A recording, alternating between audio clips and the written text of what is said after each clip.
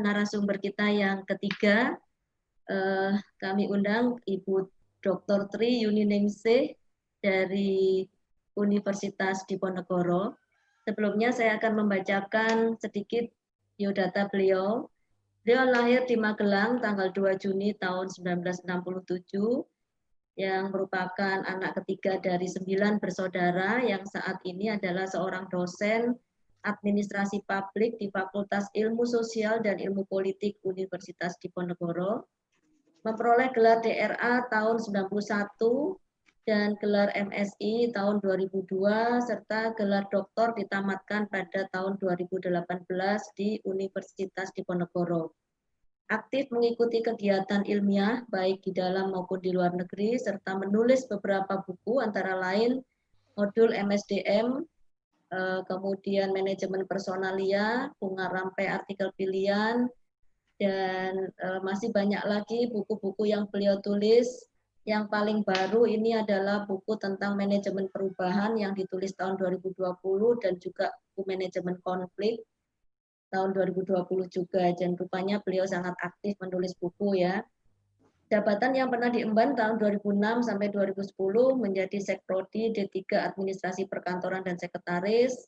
Kemudian yang terakhir sekarang ini adalah beliau sebagai Ketua Departemen Administrasi Publik mulai tahun 2019 sampai sekarang. Untuk menyingkat waktu, langsung saja saya persilahkan Putri Yuningsih untuk memaparkan materinya dalam waktu 15 menit, Ibu. Matur nuwun, monggo. Terima kasih. Assalamualaikum warahmatullahi wabarakatuh. Salam sehat untuk semua, Bapak yang tadi keynote speaker, kemudian semua narasumber dan semua peserta yang ikut hadir secara daring di acara webinar pagi, insya Allah nanti sampai siang, semoga setia. Terima kasih juga kepada Ibu Dekan Unigoro yang memberi kesempatan kepada saya menjadi narasumber di acara pada hari ini. Sesuai dengan judul dari webinar kita yang kemarin disampaikan oleh panitia, saya akan mengambil dengan judul mengkreasi SDM unggul melalui pelayanan excellent di visi publik, khususnya di era new normal. Walaupun nanti saya akan sedikit membandingkan bagaimana kegiatan kami berkaitan dengan pelayanan yang nantinya diharapkan tetap memberikan hasil, tetap memberikan kualitas tanpa mengurangi kualitas kepada lulusan-lulusan kita atau lulusan-lulusan kami di visi publik khususnya. Ya. Kemudian untuk yang tadi Pak narasumber pertama tadi sudah menyampaikan tentang pelayanan publik, kemudian ada SDM unggul. Saya hanya sedikit juga menyinggung tentang SDM unggul yang mungkin dengan kacamata yang sedikit berbeda. Ini dikaitkan dengan abad 21 yang sekarang menjadi tuntutan. Di mana pada intinya untuk SDM unggul yang diharapkan di abad 21 ini adalah membutuhkan SDM yang disebut unggul yang nanti akan kita dari sisi pendekatan individualistis dan partisipator. Kemudian yang kedua di abad 21 ini dibutuhkan juga SDM-SDM yang harus nantiasa terus belajar dan belajar, apalagi sekarang ini kita bisa di balik musibah ada berkah. Itu yang kalau kemudian kita berpikir positif bahwa COVID ini memberikan berkah. Kalau kita akan memandang itu sebagai sesuatu yang positif thinking begitu, maka itu menjadi berkah bagi kita. Tetapi apabila COVID ini dianggap sebagai sesuatu yang bencana, ya, itu mungkin kita akan menjadi musibah yang membuat kita sedih, tidak semangat. Begitu. Jadi kalau secara pribadi dan senantiasa memberikan kepada semua mahasiswa bahwa COVID ini menjadi berkah. Kenapa? Karena kita mau tidak mau, suka tidak suka dituntut menghadapi COVID dengan tetap kalau sekarang di era new normal ini adalah dengan protokol kesehatan. Kemudian yang lainnya adalah nilai-nilai. Nilai-nilai yang dikembangkan di abad 21 ini apa saja? Untuk di FISIP sendiri kita punya nilai-nilai selain dari misi atau visi misi kita khususnya di Departemen Administrasi Publik, kemudian ditarik ke fakultas dan undip sendiri bahwa kita salah satunya adalah menelurkan SDM yang unggul. Nah, itu sebenarnya dan itu di misi kami di departemen itu adalah tercapai di tahun 2020. Jadi secara tidak langsung di 2020 ini ada musibah COVID ini, sebenarnya misi ini sudah capaian kami 5 tahun terakhir, 5 tahun sebelum itu kita sudah akan mencapai SDM unggul di tahun 2020 ini. Ya, hanya kebetulan saja COVID ini membuat kita semakin dipush untuk bagaimana kita bisa menciptakan SDM unggul dengan kondisi yang semuanya sekarang serba daring. Kemudian kalau kita sedikit bicara ke Mas Ahmad ya, bisa di slide-nya nggak apa-apa Pak? Slide yang konsep ini. Mohon admin slide-nya digeser. Ya, digeser aja. Sekarang sampai slide keempat, Mas. Slide-nya ada kendala kayaknya ini. Oh, jadi tinggal bentar. Ya, jadi untuk konsep nggak apa-apa sambil menunggu. Untuk konsep yang manusia atau SDM unggul di sini, kalau saya mengambil dari falsafah, mungkin Bapak Ibu juga mungkin pernah membaca dari bukunya itu. Jadi SDM unggul itu kalau bisa dikatakan ada seseorang Superman. Kalau misalnya wanita jadi Superwoman ya Bapak Ibu ya. Jadi di mana orang tersebut memiliki kemampuan di atas manusia biasa. Harapannya kan seperti itu. Oke. Harapannya adalah manusia yang unggul atau SDM unggul adalah manusia yang punya kemampuan di luar biasa. Jadi kalau istilahnya bisa dikatakan SDM. Tetapi bagaimana arah mencapai situ? Nanti ada dua pandangan yang tadi Mas, individu dan partisipatoris tadi. Nah, ya. Slide ke-5. Ya.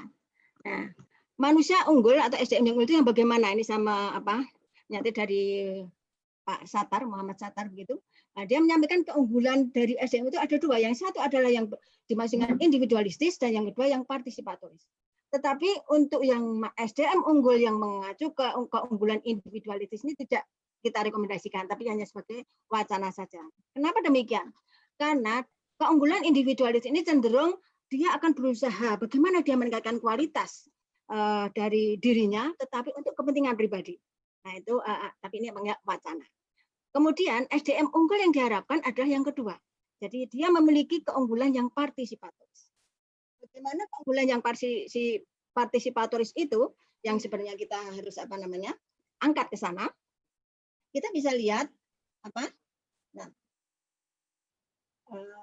kalau di SDM yang tadi yang keunggulan individualistis tadi itu ada kecenderungan menjadi manusia seakan-akan menjadi serigala.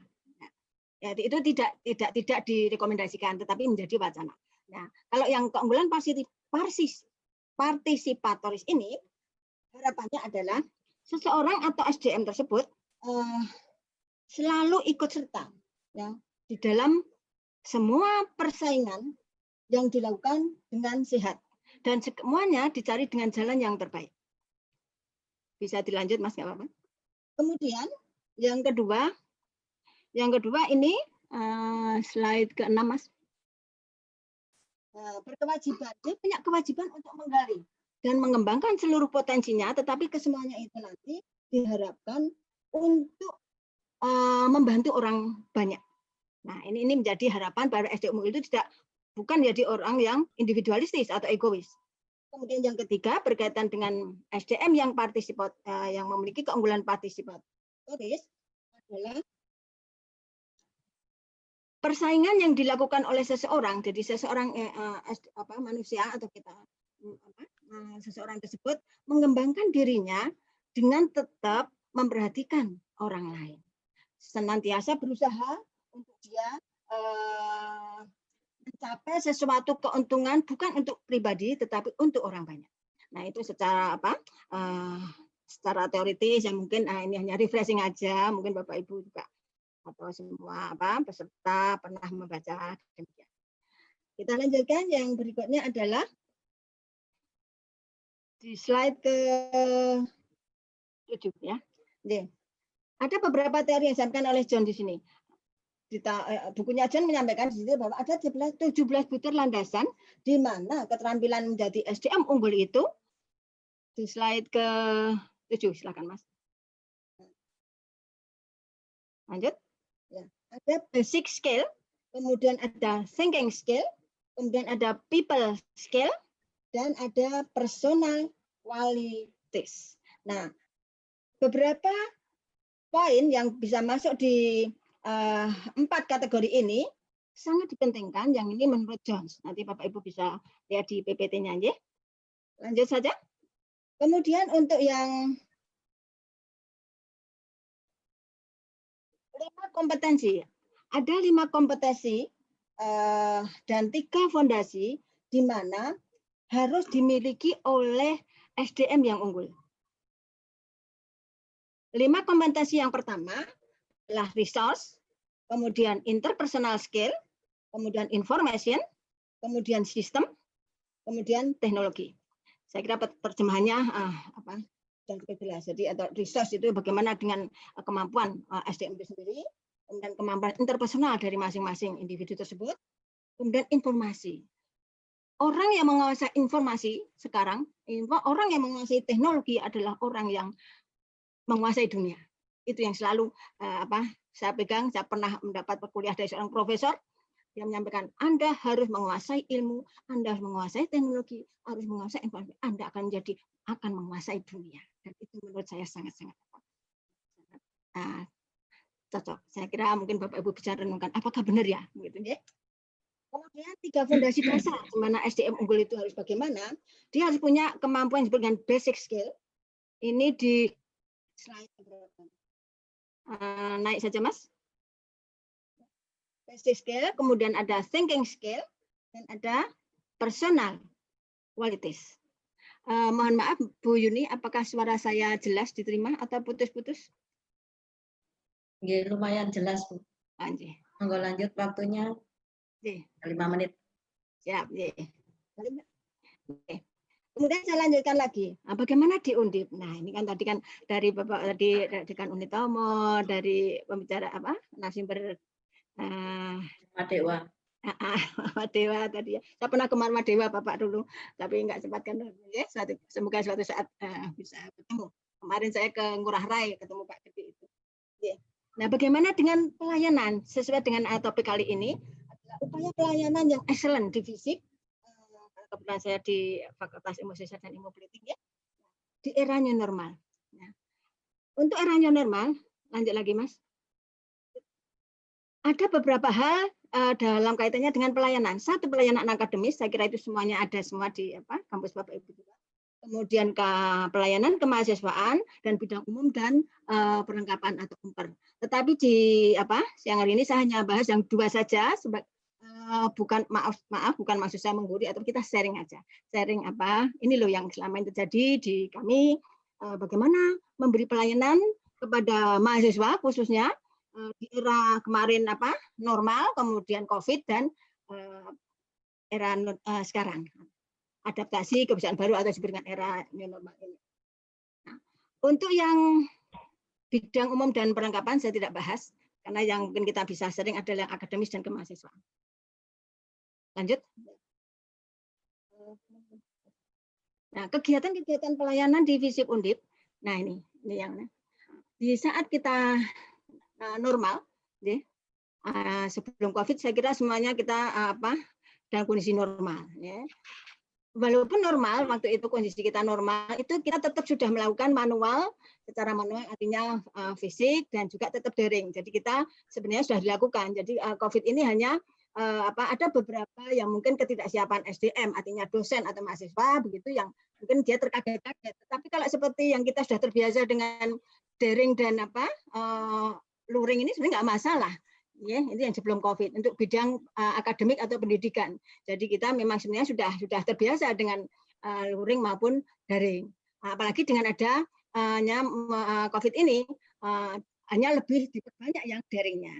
Tetap ada beberapa yang manual, hanya tetap kita di kondisi sekarang ini sudah ada surat edaran rektor bahwa kita harus tetap menjaga protokol kesehatan. Kemudian ada beberapa hal yang tidak boleh fisik. Tetapi ada pengecualian apabila ada bimbingan-bimbingan mahasiswa tetap diperbolehkan. Jadi ada, tetapi tetap harus ada izinnya. Kemudian untuk kemahasiswaan juga sama, Bapak Ibu, ini normal, dalam posisi normal kita juga sudah tetap sudah ada manual luring maupun daring. Jadi cuma di masa COVID dan ini menjadi lebih banyak dilakukan daring, tapi itu sudah kami lakukan juga. Jadi nanti kendalanya hanya ketidaksiapan beberapa SDM yang mungkin terkaget-kaget karena seperti tadi disampaikan Prof tadi bahwa karena gaptek atau tidak melek teknologi, ya itu mereka yang jadi bermasalah. Tapi kalau yang sudah terbiasa dengan IT ya kita tidak ada masalah begitu. Nah, kemudian untuk yang kegiatan pelayanan informasi, surat menyurat, undangan dan regulasi ini memang selama ini sebelum COVID itu kita sudah juga terbiasa dengan daring, walaupun ada juga yang surat, tetapi yang surat-surat fisik itu memang misalnya saya ada di meja, tetapi dengan kasus COVID dan era new normal ini kita semuanya sekarang daring semua.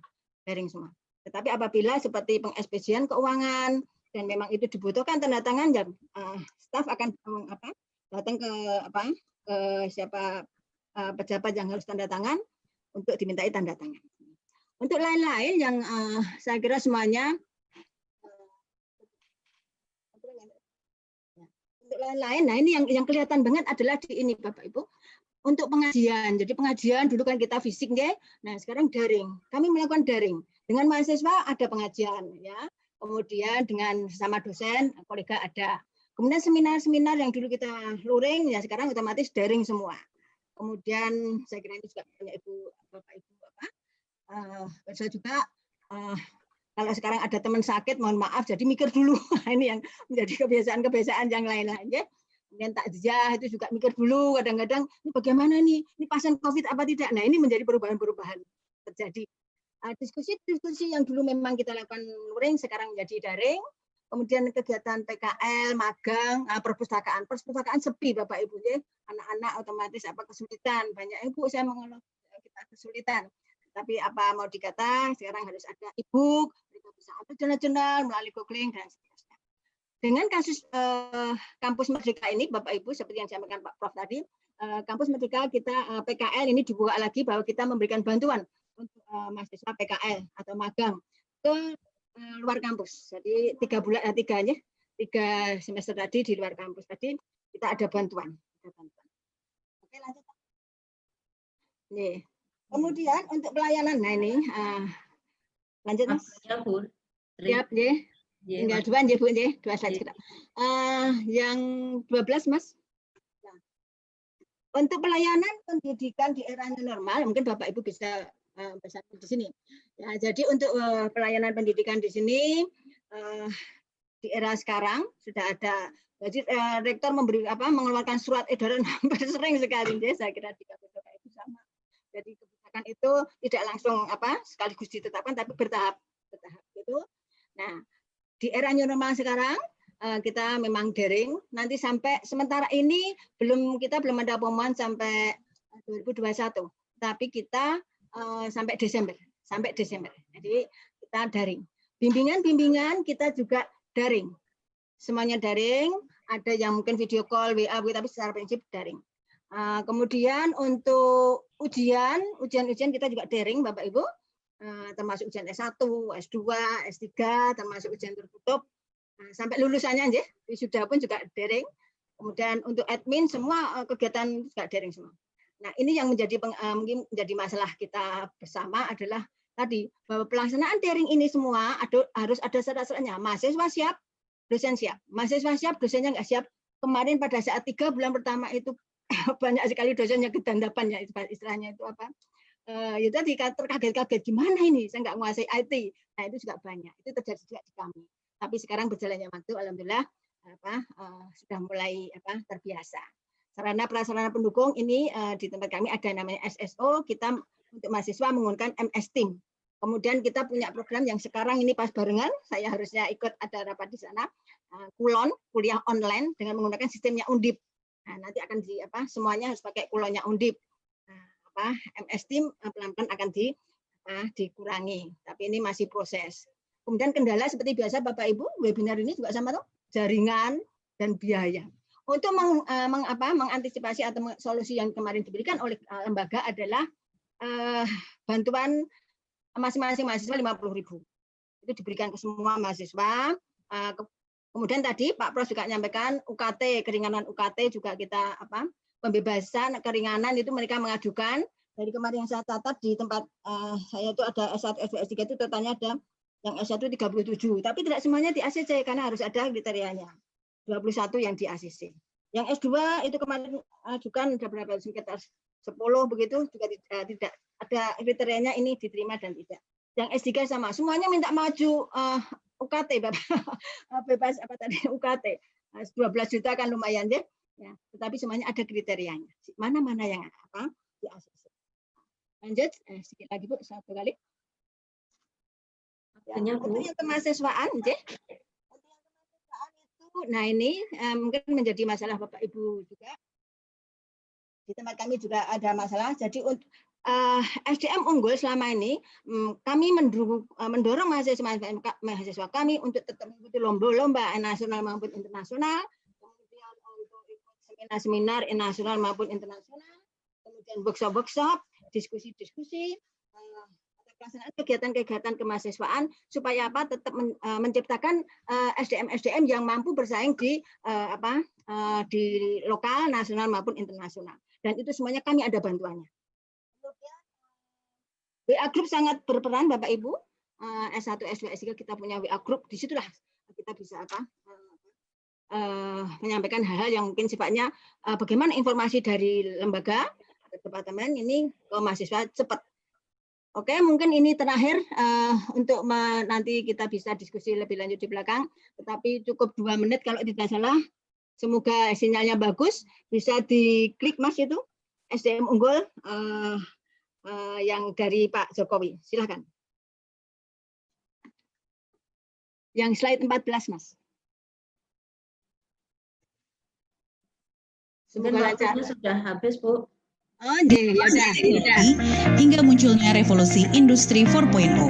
Agar Indonesia dapat bersaing dengan negara-negara lainnya di era revolusi industri 4.0, pemerintah telah merancang roadmap program Smart ASN yang ditargetkan dapat terwujud pada tahun 2024. Kementerian Pendayagunaan Aparatur Negara dan Reformasi Birokrasi menerapkan sistem manajemen talenta yang dilakukan untuk memenuhi 8 prinsip dan keahlian Smart ASN dalam upayanya membentuk SDM yang berdaya saing, yaitu integritas, nasionalisme, profesionalisme, wawasan global, IT dan bahasa asing, hospitality, networking, dan entrepreneurship. Langkah ini semua untuk menyongsong Indonesia Emas 2045.